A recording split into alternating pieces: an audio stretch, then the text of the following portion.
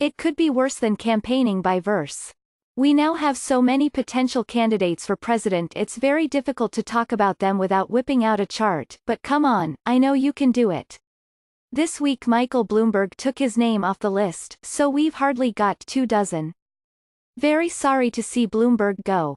His departure came just after Fortune announced he was ranked the 9th richest billionaire on the planet, which is 706 places higher than Donald Trump.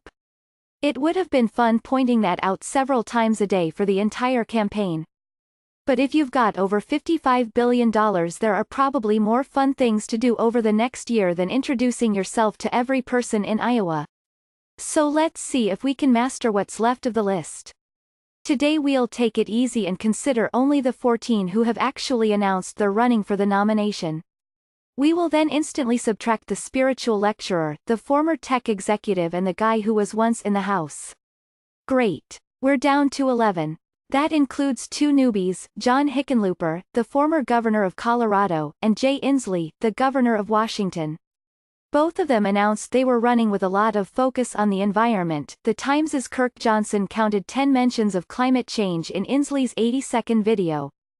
People, how do you feel about this? A, climate change is crucial, and you cannot bring it up too much. B, climate change is super important, but a little variety is nice. C, excuse me, who is Jay Inslee again? Maybe this little presidential candidate's rhyme will help. We will now quit rhyming before we get to South Bend, Indiana. Mayor Pete Buttigieg. No one agrees entirely on how to pronounce his name, but one of the versions the candidate seems to like is Boot-edge-edge. In Maltese it means Lord of the Poultry. See how much you're learning? Wait till you throw that one out at a dinner party. Buttigieg is the youngest candidate, at 37, and he'd be the first commander-in-chief under the age of 40. Buttigieg has been pushing the age issue, arguing that millennials are due for some intergenerational justice. It's getting a lot of traction. Do you think Donald Trump, 72, has spawned a don't trust anybody over 70 movement? If so, it'd be a problem for Bernie Sanders, 77, and the still unannounced Joe Biden, 76.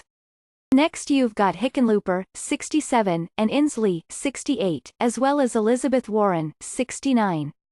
Historically, being a presidential candidate in your 60s has only been a problem for one gender. When Senator Margaret Chase Smith ran for the Republican nomination in 1964, she complained that almost every news story starts off with the 66-year-old senator. I declare I haven't seen the age played up in the case of men candidates. The Los Angeles Times reported her comments in a story headlined, 66-year-old Senator Smith hits age talk, also in L.A. Times columnist argued that age was indeed an issue because the ideal age for a presidential candidate was in the late 40s or 50s, and that was when the female of the species undergoes physical changes and emotional distress of varying severity and duration. Okay, this is the end of our age discussion, except, wait. What about Hillary Clinton? She's 71 now, and she hasn't absolutely totally completely ruled out running again. For everybody else, time is fleeting. We're talking about a Democratic nominating convention that's happening in July 2020, but there seems to be a consensus that even waiting for Easter of 2019 is very chancy. You can tell who's sidling up. Senator Sherrod Brown isn't officially in the race, but he's been conducting a dignity of work tour through New Hampshire, Iowa and South Carolina. Truly, you could not have a better hint if he ran around the country ringing a large Liberty Bell. Beto O'Rourke has been promising to make an announcement any second, but the most dramatic thing he's done lately was to show up for a Metallica concert. It is possible to be too cool to rule. Almost everybody seems to think Biden will jump in eventually. But really, Mr. Former Vice President, it's possible to be too coy. This week a CNN focus group made up of 6 people said they thought you were too old news. If you can't win over a 6-person focus group, what will you do in Heart's location, NH?